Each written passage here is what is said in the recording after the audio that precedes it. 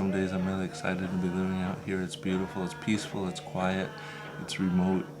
I get to see moose and muskox and bears. We have a female bear and some cubs that come down here every spring.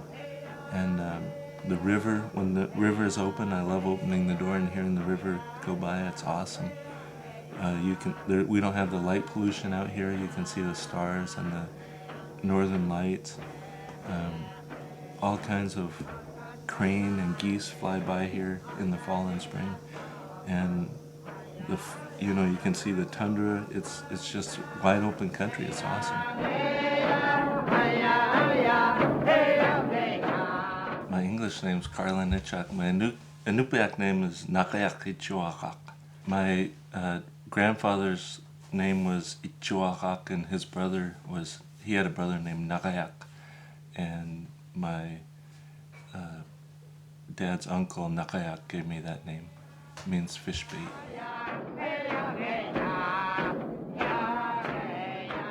Shishmarap's a small native village on the Chukchi Sea, an island of about 550 people, where their primary lifestyle is hunting and fishing.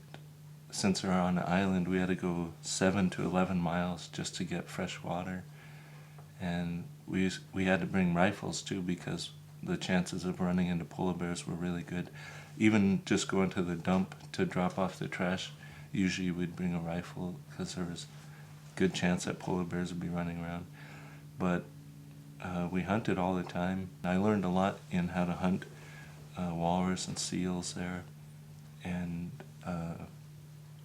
putting away fish and bearded seals and things like that. It was really great experience. And at that time there was a lot of elders that still spoke the language, and just being around them was really a great experience.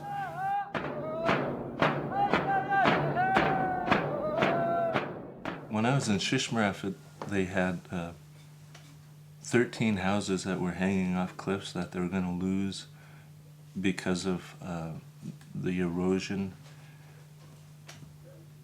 The embankments have frozen permafrost underneath, or permafrost, which is permanently frozen ground, and the water temperatures were increasing so high that even if there wasn't strong waves or storm action, the warm water was cutting into the embankment. So you'd have the land here, and then the Chukchi Sea abutting the land, and even without storm action, the warm water was melting the permafrost and cutting into the embankment 30 to 50 feet, 3 feet tall. So you'd have this huge mass of land sitting on top of 3 feet of air, and as soon as it gets back 30 or 50 feet, then it's like a counterlever action. The whole thing just sloughs off, and the houses were falling off into the Chukchi Sea. And the scientists that came out, we had teams of scientists coming out all the time. One time I think we had 12, and they were telling me that they call it soil thermal degradation, where the warm water is cutting into the embankment, and the sand there is so micaceous, it's so small, that even if you put the normal kind of revetment on top of it, like riprap or things like that, that they're eventually just going to sink into the sand, and that's what's been happening. The ice, it's just melting earlier and breaking up. And when I was a kid, I remember the ice used to be frozen out in front of the city of Nome, further and longer, and now it's not too uncommon to find an open lead not too far away, even in December, February. I think people are have to go further for some of their food, or they're hunting at times that they're not normally used to hunting. And I think if it keeps increasing this way, a lot of the animals that migrate, their patterns are going to be off kilter, and some animals that depend on other animals for food, by the time they get here, those animals may be gone because they left early or left late. Traditionally, the elders tried to teach that you only take what you need and you share what you get, and everyone tries to work together. One crew can't bring in a 100-ton bowhead whale. It takes a whole village, sometimes 300-400 people, to pull in a whale. And so everyone has to work together and help each other. And there's going to be a need for more of that, I think. Not everyone can afford boats and gas to go. If gas is $5.50 or something like that.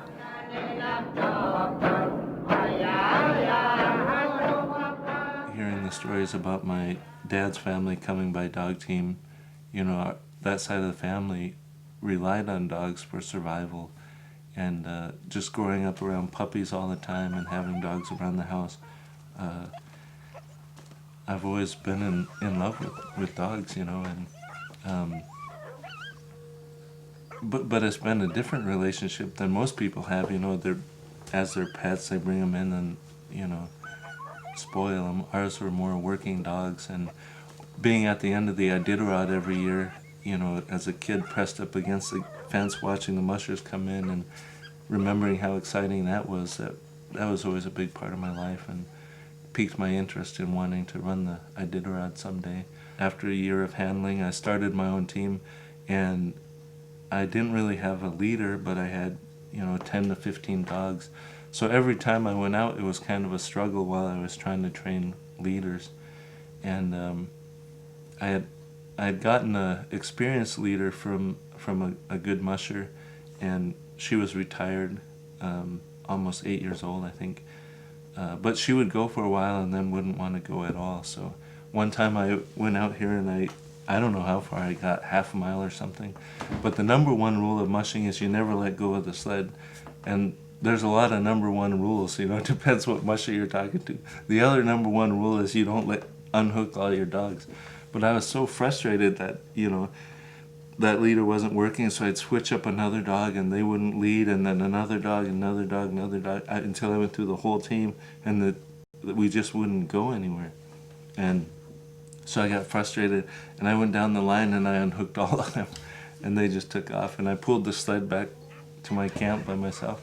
By the time I got back to camp, all the dogs were in the yard just running around, but that was probably one of the, craziest experiences.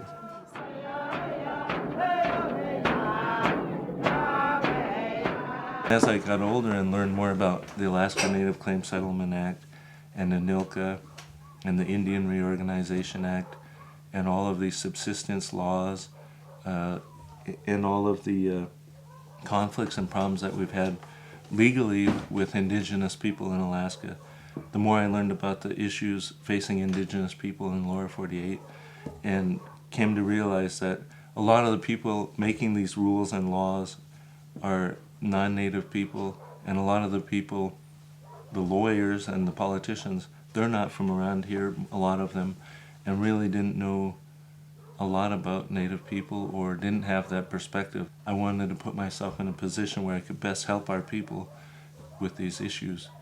I thought the people making the laws and fighting for sovereignty and self-determination and increasing our ability to govern ourselves should be us, people from here. I'd like to stay in Alaska once I pass the bar and work my way up to be a judge someday. And when I graduated from law school, I clerked for the Alaska Supreme Court Chief Justice, and then I clerked in Nome for 1 year for the Superior Court. And while I did that, I sat as a deputy magistrate, so I was able to have some experience as a junior judge, and that really piqued my interest in wanting to be a judge. So someday I'd like to do that.